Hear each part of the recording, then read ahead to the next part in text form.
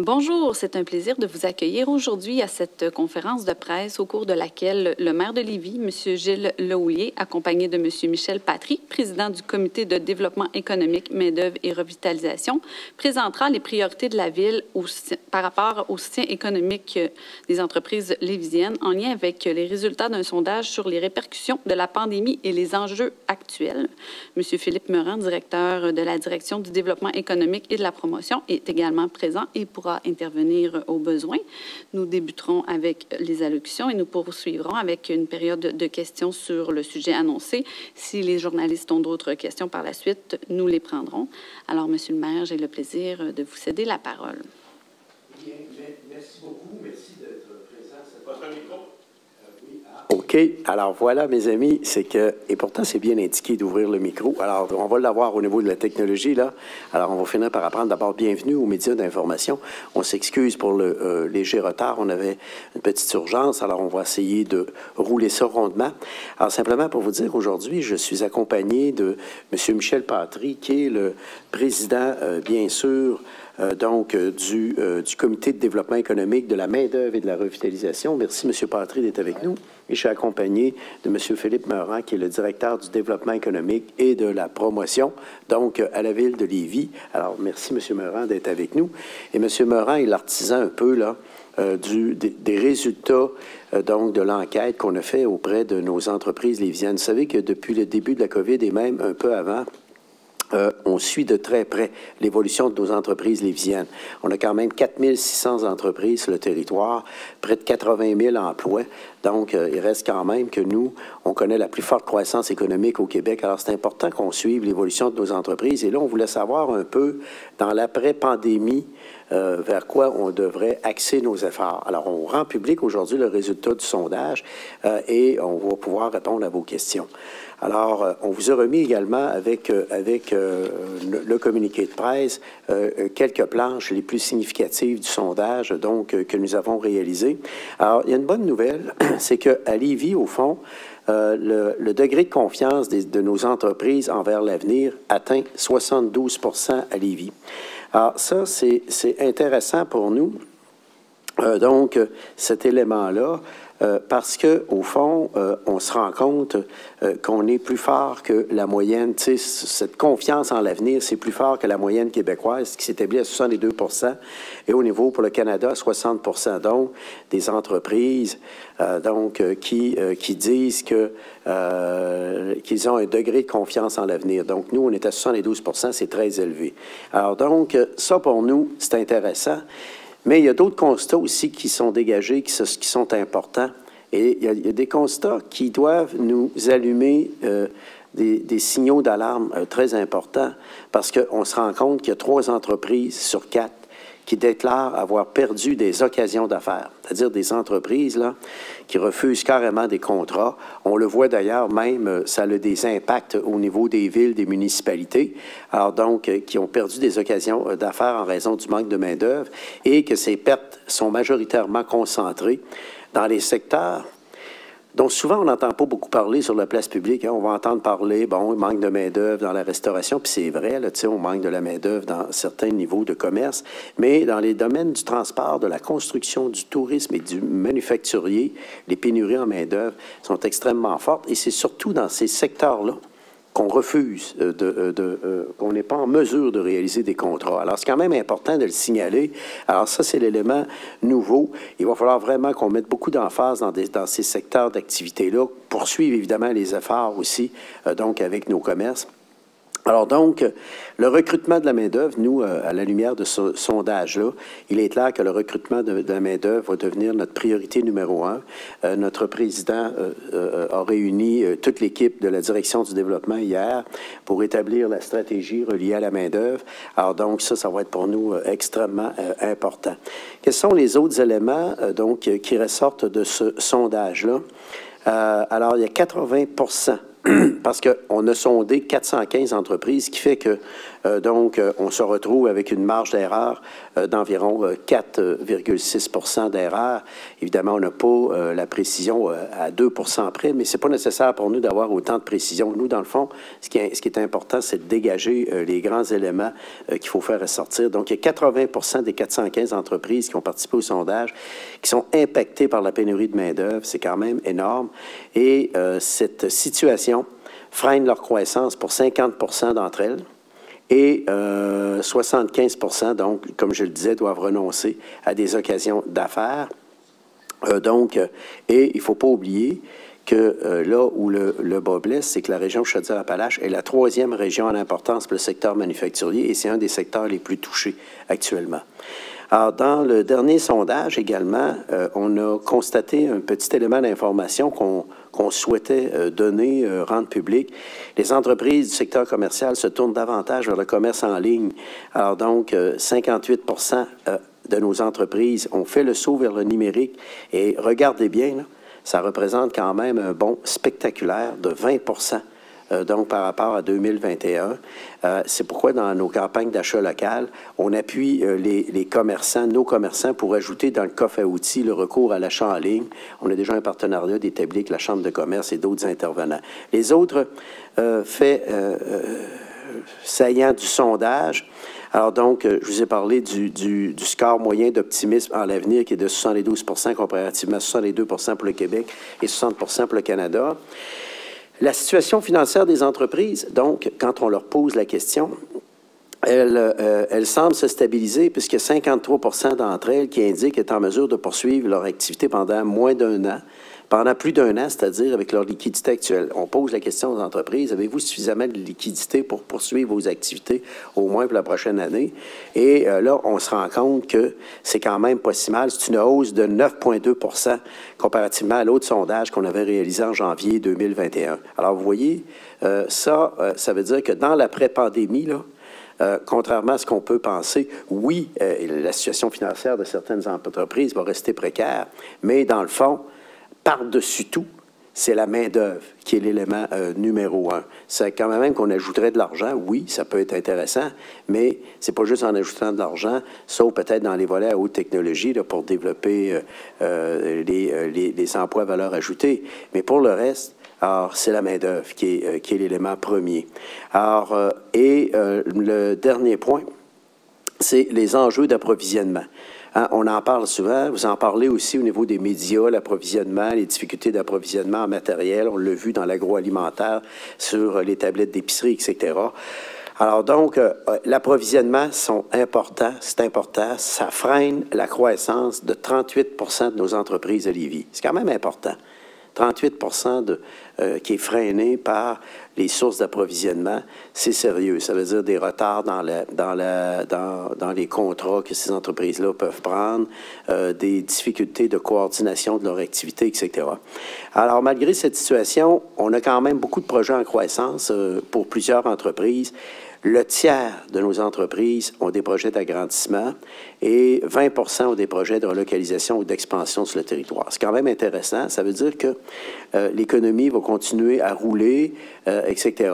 Alors, évidemment, la pénurie de la main-d'œuvre, c'est un problème majeur. Il faut dire aussi que pour faire face aux enjeux de la main-d'œuvre, on pense là qu'il y a urgence d'agir et c'est la raison pour laquelle du côté gouvernemental, il y a des actions très rapides et qui sont possibles là, de mettre de l'avant de façon très, très, très rapide. Parce que là, le problème au niveau de la main-d'œuvre, c'est que c'est plus, on ne travaille pas pour demain. C'est maintenant qu'il faut agir au niveau de la main-d'œuvre. Et ça, pour nous, c'est extrêmement important. Alors donc, nous, on va essayer de travailler au niveau de la main-d'œuvre aussi, de tous nos secteurs d'activité à Lévis.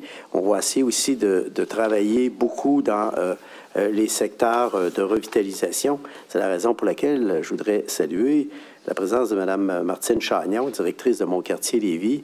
Merci d'être là. Donc, au niveau de la revitalisation, on va travailler très, très fort. Et bientôt, on va faire la tournée des commerçants dans tous les secteurs traditionnels avec l'organisme Mon Quartier, qui va travailler très, très fort aussi pour aider à la relance de cette activité commerciale et même à la création de nouveaux commerces dans les secteurs traditionnels. Alors, merci d'être là. C'est vraiment intéressant. Alors donc, finalement, ce que je voulais dire, c'est que, donc, mise en place d'assouplissements fiscaux pour les 60 ans et plus qui souhaiteraient demeurer sur le marché du travail. Et on sait, ils sont nombreux à vouloir rester sur le marché du travail. On en a même dans notre ville des gens qui seraient intéressés. Mais pour ça, il faut qu'on mette en place des assouplissements fiscaux. Il faut défiscaliser les heures supplémentaires au-delà du seuil de 40 heures. Alors, vous savez également que je suis un des 2 porte-parole municipaux dans les mesures qui ont été proposées au gouvernement dans le cadre de notre vaste étude sur la table régionale des élus municipaux de Chaudière-Appalaches.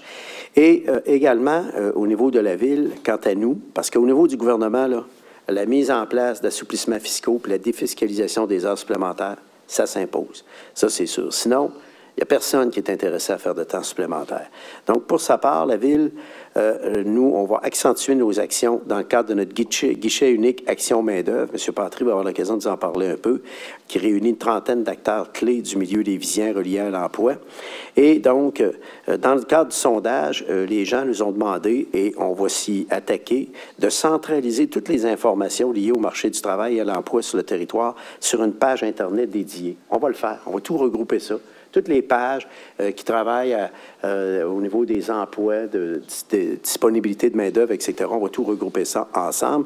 On va poursuivre le développement de la ville visant à attirer de nouveaux travailleurs et de nouvelles familles. Il faut dire qu'au cours des 2 dernières années, 4 500 nouveaux citoyens se sont installés à Lévis. Là-dessus, on estime qu'on a au moins 60 de ces nouvelles implantations-là, de gens qui viennent s'implanter chez nous. Ce sont des familles. Donc ça, pour nous, c'est intéressant parce qu'il y a une valeur importante, il y a une valeur importante ajoutée qui est la main-d'œuvre. Alors ça, pour nous, c'est important de continuer à être attractif. Et on va aussi appuyer les entreprises lévisiennes, en particulier les PME. Parce que c'est extrêmement compliqué, l'immigration, là. Alors, on va trouver les moyens d'appuyer nos entreprises lévisiennes, en particulier les PME, dans leur démarche visant à recruter la main-d'œuvre issue de l'immigration. Mon dernier point, c'est que lundi prochain, on va annoncer la relance de notre programme d'aide aux commerçants locaux. Donc, on adopte ça en résolution lundi prochain. Donc, programme d'aide aux commerçants locaux, dont la fermeture temporaire a été décrétée à un moment ou l'autre par le gouvernement du Québec au niveau pendant la pandémie. Et là, on va même augmenter les aides jusqu'à 2 000 $ par commerce selon les secteurs d'activité. Alors, et on avait lancé ce programme-là en 2021 et on avait accordé quand même 300 subventions au 31 décembre. Donc, on va poursuivre ce programme-là. Alors donc, et pour nous, c'est important de le faire. Alors donc, c'est intéressant pour nous. Donc, on a 415 entreprises sur nos 4 860 dirigeants qui ont répondu au sondage, ce qui fait quand même que c'est très significatif, donc avec une marge d'erreur, comme je vous disais, de 4,6 %. Alors, voilà les résultats de cette sonde-là. Donc, bref, si on résume l'état d'esprit des entreprises lévisiennes, c'est nous avons confiance en l'avenir, 72 %, ce qui fait que c'est plus haut que la moyenne québécoise, voire même aussi plus haut que la moyenne canadienne. Mais attention, les entreprises nous lancent un SOS pour la main-d'œuvre. Le problème est sérieux. Alors, quand c'est rendu que 3 entreprises sur 4, vous le voyez apparaître au tableau, le degré d'optimisme, alors donc, on pourrait peut-être passer les autres tableaux rapidement. Alors donc, voilà, on avait l'impact lié à l'approvisionnement. Vous voyez, il y a quand même des impacts majeurs et impacts critiques. Alors, si vous additionnez le 38 avec le 12, ça vous donne une idée. C'est quand même sérieux. Alors, l'approvisionnement, les difficultés d'approvisionnement. Et donc, on avait aussi l'impact de la pénurie de main-d'œuvre, ces opportunités d'affaires. Alors, regardez, c'est quand même, ça parle. C'est que quand c'est rendu que 3 entreprises sur 4 refusent des contrats ou refusent des opportunités d'affaires, bien, écoutez, c'est pas vrai que ça n'aura pas d'influence sur notre PIB, là. Ça va finir par avoir une influence sur le PIB et l'impact de la pénurie de main-d'œuvre sur l'entreprise. Alors donc, on le voit ici aussi. Alors donc, c'est quand même assez important. Alors, l'impact de la main-d'œuvre, c'est réel. Et là, il faut maintenant qu'on réalise que nous, à la table de la main-d'œuvre, tu sais, de la table qui a été créée de concertation, hier, je pense que le message de notre président a été très clair. C'est on met le focus entièrement ou presque entièrement dans les prochaines années sur la main-d'œuvre. Alors voilà, merci infiniment. Merci beaucoup, Monsieur le maire. Monsieur Patry, à vous la parole. Oui, bienvenue. Bonjour tout le monde. Alors, comme disait Monsieur le maire, l'enjeu de main-d'œuvre, ce n'est pas un enjeu qui est récent nécessairement. C'est pas un enjeu qui correspond nécessairement à l'avenue de la pandémie. Déjà en 2018, la Ville de Lévis avait pris des mesures pour, avec les intervenants du milieu, faire face à la pénurie de main-d'œuvre. Bien évidemment, possiblement que la pandémie a accentué la problématique, mais déjà en 2018-2019, le guichet unique main-d'œuvre avait été instauré avec 30 partenaires, une trentaine de partenaires de la Ville de Lévis, partenaires économiques de toute zone, si vous voulez. Et ce guichet-là fait en sorte que les gens se concertent et essaient d'élaborer des moyens pour attirer la main-d'œuvre et aussi la retenir, la main-d'œuvre. Il y a un problème de main-d'œuvre, d'attraction de main-d'œuvre, mais il y a aussi un problème de, si vous voulez, de maintenir la main-d'œuvre dans les milieux de travail. Alors, ce guichet unique qui s'appelle le Guamol, bien, lui, il existe depuis 2018 et aujourd'hui, avec le constat qui est fait, bien, force est d'admettre qu'il faut redoubler d'efforts pour justement attirer la main-d'œuvre et avoir un taux de rétention de main-d'œuvre important. Alors, il y a plein de mesures qui sont examinées par le Guamol, par la Direction du développement économique, dont M. Philippe Meurant est le directeur général. Et moi, en tant que président du comité de développement économique, il est clair que les mandats ont été donnés de façon à ce que toutes les mesures appropriées et même des mesures innovantes puissent être mises en œuvre pour, justement, retenir la main-d'œuvre et aller chercher de la nouvelle main-d'œuvre et appuyer les PME de Lévis de façon à ce que celles-ci puissent justement combler les besoins de main-d'œuvre dont elles ont besoin. Les grandes entreprises, règle générale, sont mieux structurées pour aller chercher de la main-d'œuvre. Ils ont les moyens qu'il faut.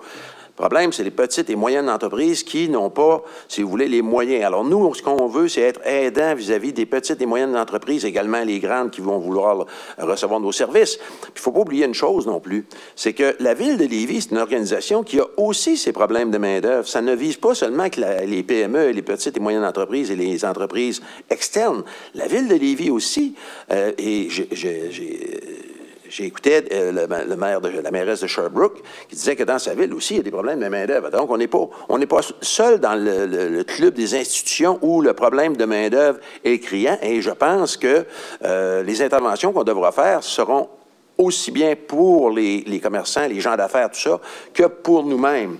Maintenant, le Guamol va continuer ses activités, va nous suggérer des nouvelles avenues, être innovant pour aller chercher de la main-d'œuvre et la retenir. Et également, la Ville a déjà pris les devants en engageant 2 ressources spécialisées pour soutenir les entreprises, pour justement faire en sorte qu'on puisse les accompagner dans la recherche de main-d'œuvre. Également, il y a le site Web Courant Lévis, qui est consulté chaque semaine par plusieurs centaines de chercheurs d'emploi, ainsi qu'un chatbot accessible 24 heures par jour, 7 jours par semaine. Monsieur le maire vous a parlé des interventions de la table régionale des élus des municipalités de Chaudière-Appalaches qui ont fait des recommandations ou des demandes au gouvernement, défiscalisation des heures supplémentaires, amélioration de la fiscalité des travailleurs expérimentés, mise en place d'un programme de conformité des employeurs pour réduire des délais de traitement à l'immigration, et la mise en place de programmes d'embauche d'experts internes en technologie. Ce sont quelques-là des pistes de solutions que la TREMCA propose au gouvernement. Évidemment, le gouvernement devra se positionner là-dessus, mais les problèmes de main-d'œuvre, c'est pas seulement à la Ville de Lévis. Je pense que toutes les entreprises au Québec, et même ailleurs, ont des problèmes de main-d'œuvre. Bon, en ce qui concerne l'immigration internationale, alors, les solutions à privilégier, bien, l'automation et la robotisation, parce que l'immigration ne peut pas tout faire. Ici, à Lévis, on a un data park. Il y a l'entreprise QuizScale, c'est de l'intelligence artificielle. Alors, il y a une zone qui s'appelle zone Synapse, qui est une OBNL, avec les appui financiers du ministère de l'Emploi et de l'Immigration, de la Ville de Desjardins également, et de la Ville, contribue à développer des solutions technologiques innovantes en mesure de pallier à la pénurie de main-d'œuvre, tout en améliorant aussi la productivité des entreprises. Parce que ce qu'on recherche, c'est d'avoir des travailleurs, bien sûr, de tout niveau, Mais aussi, si on peut favoriser l'automation, la robotisation, l'intelligence artificielle, bien, ça permet aux travailleurs de travailler dans d'autres domaines et la robotisation vient remplacer en quelque sorte une main-d'œuvre qui n'y serait pas autrement. Alors ça, je pense que la Ville de Lévis fait des efforts. Il y a l'Université du Québec à Rimouski également. Il y a également le Cégep de Lévis. Ils ont des services de robotique et des chercheurs. Alors, je pense qu'il faut que tous les organismes, tout le monde mette l'épaule à la roue pour justement faire en sorte qu'on ne soit pas impacté de façon plus considérable par le problème de main-d'œuvre et même de faire en sorte qu'on soit le moins possible impacté par le déficit de main-d'œuvre qui prévaut à l'heure actuelle. Alors, c'est pour ça que la Direction du développement économique et la Commission de développement économique, dont je suis le président, on met les efforts, on redouble d'efforts et de façon à trouver, comme je le disais, des solutions innovantes et des solutions pérennes pour que la Ville de Lévis, pour que les entreprises de Lévis, les petites, les moyennes et même les grandes entreprises puissent avoir la main-d'œuvre qui va faire en sorte qu'ils vont être capables justement de livrer des produits, de répondre aux besoins de la population. Et ça, c'est très important. En fait, l'étude que le développement économique a fait, c'est un portrait. Et il fallait avoir ce portrait-là pour nous permettre de mener les actions qui vont faire en sorte de pallier aux problèmes de main-d'œuvre. Alors voilà. Merci beaucoup, M. Patry. Nous allons passer à la période de questions. Nous prendrons d'abord les questions concernant le sujet du jour. Je vais inviter les journalistes à lever la main. On fera un deuxième tour là, pour les questions diverses. Donc, nous avons une première question de Alexandre Bellemare du Journal de Lévis. Allez-y, M. Bellemare. Oui, bonjour à vous trois. Est-ce que vous m'entendez bien?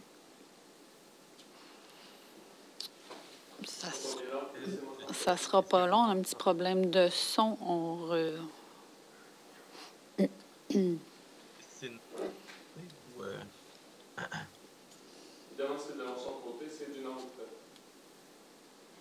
On a un petit problème de son dans la salle. Ça sera pas long. Monsieur Bellemare.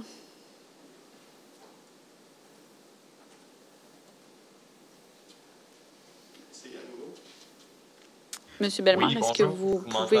Oui, on vous entend. Allez-y. Super. Désolé. J'ai une question technique, là. Vous n'avez peut-être pas la donnée là-dessus, mais tantôt, on parlait de 4500 nouveaux citoyens lévisiens dans les 2 dernières années. Est-ce qu'on sait si la majorité de ces nouveaux résidents-là travaillent à Lévis? Parce qu'on sait qu'à côté, on a Québec qui peut être aussi attrayante pour des travailleurs. Donc, est-ce qu'on se retrouve dans une situation qu'on sait si ces 4500 nouveaux citoyens-là travaillent plus à Lévis qu'ailleurs? Oui, ce qui est intéressant dans la question que vous posez, c'est que on est allé voir, j'ai eu l'occasion d'en parler lors de ma dernière conférence à la Chambre de commerce, on est allé voir un peu d'où provenaient les gens qui s'implantent à Lévis. Et nous, on avait un principe, on avait une hypothèse de départ où on pensait que c'était des gens qui arrivaient de Chaudière-Appalaches et que, donc, les gens de la région venaient s'installer dans le Grand Pôle. Or, ce n'est pas le cas. Alors, je vous donne un exemple. Nos gens viennent de régions comme le Bas-Saint-Laurent, de la région de la capitale nationale. Hein? On avait 1700 dans les 2 dernières années. Alors, ça vous donne une idée, là, sur votre 4500, c'est quand même énorme. Donc, ça, c'est certainement des gens qui travaillent ici à Lévis. Alors, donc, je vais demander à M. Meurant aussi de compléter la réponse. L'autre découverte qu'on a faite, c'est que les gens qui viennent de Chaudière-Appalaches, ça arrive à peu près au dernier rang, donc dans les soldes migratoires. L'autre élément qui est considérable pour nous, et ça, on estime que c'est à cause on a beaucoup d'entreprises en robotisation, en intelligence artificielle à Lévis, plus le projet de 1 milliard de dollars qui est en construction. On attire de plus en plus des emplois à valeur ajoutée, et c'est la raison pour laquelle, pour la première fois, on a un solde migratoire avec Montréal. Il y a plus de gens de Montréal qui s'installent à Lévis que l'inverse. Alors donc, ça devient drôlement intéressant pour nous. Peut-être, M. Meurant a apporté quelques suppléments, mais au fond, on a découvert que les gens venaient de régions comme le Bas-Saint-Laurent, la Gaspésie, la Côte-Nord, le centre du Québec, Montréal, et Chaudière-Appalaches vient à peu près en dernier lieu. Ça veut dire que ce ne sont pas des retraités qui viennent s'installer à Lévis, ce sont des travailleurs actifs. Alors donc, peut-être, M. Meurant, compléter. Oui, Monsieur le maire. Donc, deux choses. La première, ne l'oubliez pas, au cours des 2 dernières années, parmi les 10 plus grandes villes du Québec, c'est Lévis qui se classe en tête au plan de la croissance démographique. Et pour répondre spécifiquement à votre question, Monsieur le maire invoquait le chiffre de 1700 personnes qui, de Capitale-Nationale, ont transféré, donc ont déménagé sur Lévis. Les 3/4 de ces personnes, c'était pour des raisons d'emploi. Donc, ils occupent un emploi sur le territoire de Lévis, dont le marché de l'emploi est très dynamique aussi. Alors, vous voyez, juste pour vous donner l'exemple de la Capitale-Nationale, les 3/4 des gens, donc, s'installent à Lévis en raison des emplois qu'ils ont obtenus à Lévis. Alors, c'est quand même important, c'est nouveau, parce que nous, on avait vraiment l'impression que les gens qui arrivaient chez nous venaient de la région Chaudière-Appalaches, donc, et qu'ils s'en venaient vers le grand centre urbain, mais ce n'est pas le cas du tout. C'est vraiment des gens qui se déplacent parce qu'ils ont des emplois intéressants. Il n'y a pas d'autres mains levées pour des questions concernant le sujet annoncé aujourd'hui. Il n'y a pas d'autres mains? Non, ça va. Donc, on va faire un deuxième tour pour les questions concernant d'autres sujets. Allez-y, levez vos mains là, si vous avez des questions. Oui. Oui, on va y aller avec la question de Taïeb Mouala du Journal de Québec. Allez-y, Taïeb. Oui, bonjour, Monsieur le maire. Bonjour. Est-ce que vous m'entendez? Oui, très bien. Je vous entends très bien. Parfait. Je me demandais, hier, il y a eu l'autorisation en Conseil des ministres, donc les décrets adoptés par le gouvernement sans aucune condition. Que pensez-vous de cette issue-là après un psychodrame de quelques semaines, là, donc pour la région? Est-ce que c'est une bonne chose? Comment vous interprétez ça? Moi, je vais vous dire, là, c'est une très, très bonne nouvelle. Enfin, on passe à l'action. On passe à l'action dans le cadre d'un plan harmonieux avec le réseau express de la capitale, un plan harmonieux de mobilité durable. Nous, ce que ça va nous permettre de réaliser rapidement, donc nous, on applaudit finalement le fait que l'harmonie est à nouveau de retour, mais on applaudit surtout le fait que là, on passe à l'action pour la mobilité. Alors nous, on a toujours été en faveur du tramway, vous le savez, je l'ai toujours exprimé. Et l'aspect intéressant, c'est qu'on a déjà planifié avec la Ville de Québec une rencontre prochainement, justement, sur la mobilité. Alors ça va nous permettre de tout attacher, tout le dossier de l'interconnexion avec l'ouest de la Ville, là, qui est déjà très bien avancé, enclenché. Ça va nous permettre de parler d'intégration tarifaire, etc. Et de mise en œuvre de certains éléments, donc d'opportunités pour les deux villes, de mettre déjà de l'avant certaines mesures pour la mobilité durable qui pourraient être intéressantes pour nos concitoyennes et nos concitoyens. Alors moi, je pense que là on s'en va enfin vers de l'action. Et ça, pour moi, c'est une très, très bonne nouvelle. La rencontre dont vous parlez, est-ce que c'est une rencontre au niveau des maires? Oui, ça sera une rencontre au niveau des maires qu'on est en train de planifier. On en a déjà parlé. Vous vous souvenez la rencontre que j'avais eue au début du mandat de Bruno Marchand et de moi. Donc, on avait déjà convenu qu'on allait se rencontrer. Alors, on est en train de préparer cette rencontre-là, qui devrait avoir lieu sous peu, là, dans les prochaines semaines. Et donc, ça va être drôlement intéressant. On a de beaux sujets à discuter ensemble. C'est intéressant, le déblocage d'aujourd'hui, parce que nous, plus vite on va aller, plus ça va être intéressant pour nos usagers au niveau du transport en commun et plus on va pouvoir aussi dire que là, enfin, on a un premier élément du réseau express de la capitale qui se réalise. Vous vous souvenez, le réseau express de la capitale, c'est les voies réservées. Nous, notre plan d'affaires a été déposé.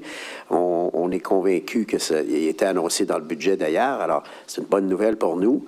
Donc, on a nos voies réservées sur lesquelles on travaille. Le gouvernement devrait incessamment faire connaître donc ces annonces pour la transformation de la 116. On a l'interconnexion dans l'Ouest. Et là, on va avoir des discussions avec Québec sur, entre autres, on en a déjà parlé publiquement, l'optimisation des services, l'intégration tarifaire. Alors ça va être des éléments qui vont être extrêmement... Et l'autre point sur lequel on va avoir des discussions, c'est qu'est-ce qu'on pourrait mettre de l'avant dès maintenant pour optimiser les services entre les deux rives. Entre autres, la piste multifonctionnelle utilitaire dont j'ai déjà parlé là, pour le transport alternatif. Donc, c'est intéressant. Alors, donc, pour nous, c'est une bonne nouvelle aujourd'hui. Et toute dernière pour moi, est-ce que avez-vous un son de cloche du gouvernement sur une éventuelle annonce par rapport au troisième lien? Bien, nous, on nous dit que l'annonce, les informations qu'on a, je vais être très franc avec vous, on nous dit que c'est une question de quelques semaines. Maximum. Oui, il vaut mieux, le mandat se termine bientôt. Oui, bien alors, on espère, on a bien hâte de voir la nouvelle mouture de ce tunnel-là, qui va être un autre élément, structurant, fort intéressant dans la mise en œuvre du réseau express de la capitale. Donc, dans le réseau express de la capitale, vous vous souvenez, il y avait le tunnel, le tramway, les voies réservées, puis l'interconnexion entre les deux rives. Donc, l'interconnexion entre les deux rives, tramway, voies réservées, c'est en bonne voie de réalisation. Il ne manque que le dernier ingrédient qui est le tunnel. Alors, on a hâte, comme vous, de voir la nouvelle mouture de ce tunnel-là. Très bien. Ça répond à ma question. Merci beaucoup. Merci. Merci beaucoup. Monsieur Bellemare, Journal de Lévis, vous aviez une autre question? Oui, bonjour, Monsieur le maire. Je sais que ça fait plusieurs mois, voire plusieurs semaines, voire plusieurs mois là, que vous répétez à chaque période de questions au Conseil de ville que le lien mécanique ne peut pas être construit à la terrasse du Chevalier de Lévis. Vous l'avez vu cette semaine, le regroupement de citoyens qui voudraient qu'on change le lien mécanique de place a fait une offensive là, avec une page Facebook, une vidéo de promotion, si on veut, là, pour un changement de plan. Comment vous réagissez à cette offensive-là? Bien, on ne réagit pas du tout, puis on n'a pas à réagir, puisque les décisions ont été prises à la suite de consultations publiques qui ont été menées. On retient quand même certains propos où il faudra remettre les pendules à l'heure. On le fera la semaine prochaine, d'ailleurs, avec vous, si c'est possible. Je vais vous inviter à le faire. Mais je veux simplement vous dire que actuellement, on essaie de faire croire toutes sortes de choses aux gens. Il y a eu des consultations publiques, la consultation publique du 28 février 2017 pour le programme particulier d'urbanisme. Il y a 300 personnes qui ont participé. Et là, dans un texte qu'ils publient, ils disent il y a 300 personnes qui sont contre le fait qu'on implante le lien mécanique. Alors, on n'a eu que 6 interventions pour le lien mécanique à la terrasse. Vous voyez ce que je veux dire? Il faut relativiser les choses. D'autre part, une ville, ça travaille en fonction de l'intérêt collectif et non des intérêts individuels. Alors, nous, l'intérêt collectif, actuellement, il a été exprimé dans le cadre du programme particulier d'urbanisme, autour de laquelle il y a eu 2 soirées de consultation, dont celle de 2017, où il y avait 300 personnes. Après, ce PPU-là, le programme particulier d'urbanisme, a été rendu public. Il a été rendu public, en présence de la Corporation de développement du Vieux-Lévis, de tous les intervenants. Il y avait un comité pilote qui avait été créé, des gens du milieu qui ont travaillé là-dessus, et c'est unanimement qu'il a été adopté par le conseil municipal. Donc, nous, on n'est pas dans le mode de remettre en question des projets, là. On est dans le mode réalisation du programme particulier d'urbanisme. Alors, je vous invite à lire le programme particulier d'urbanisme et vous allez trouver la section sur le lien mécanique qui ne peut pas être plus claire que ce qu'elle est actuellement.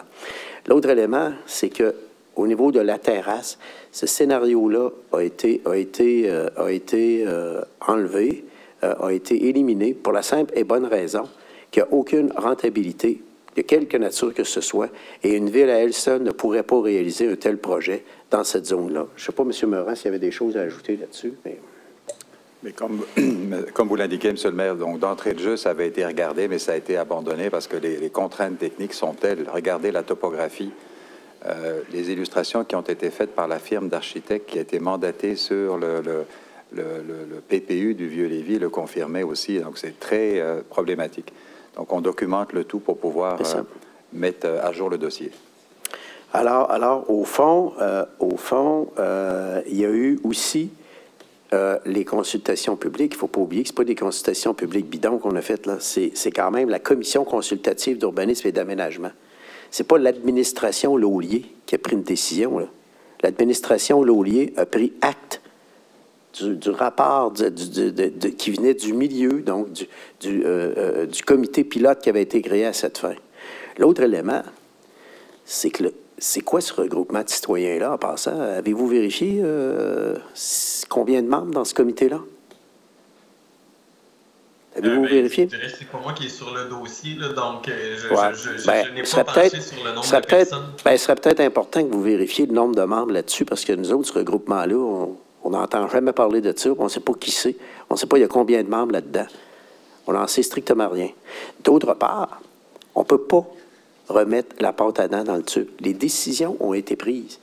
C'est comme si, je ne sais pas moi, vous, là, vous participez à des consultations publiques et il y a 99,9 % des gens qui sont dans la salle qui sont en faveur d'une orientation et vous levez la main pour dire « je suis contre » puis après ça, vous essayez de revenir constamment pour dire « non, c'est pas la bonne décision ». Ben, on se retrouve devant cette situation-là, tout simplement.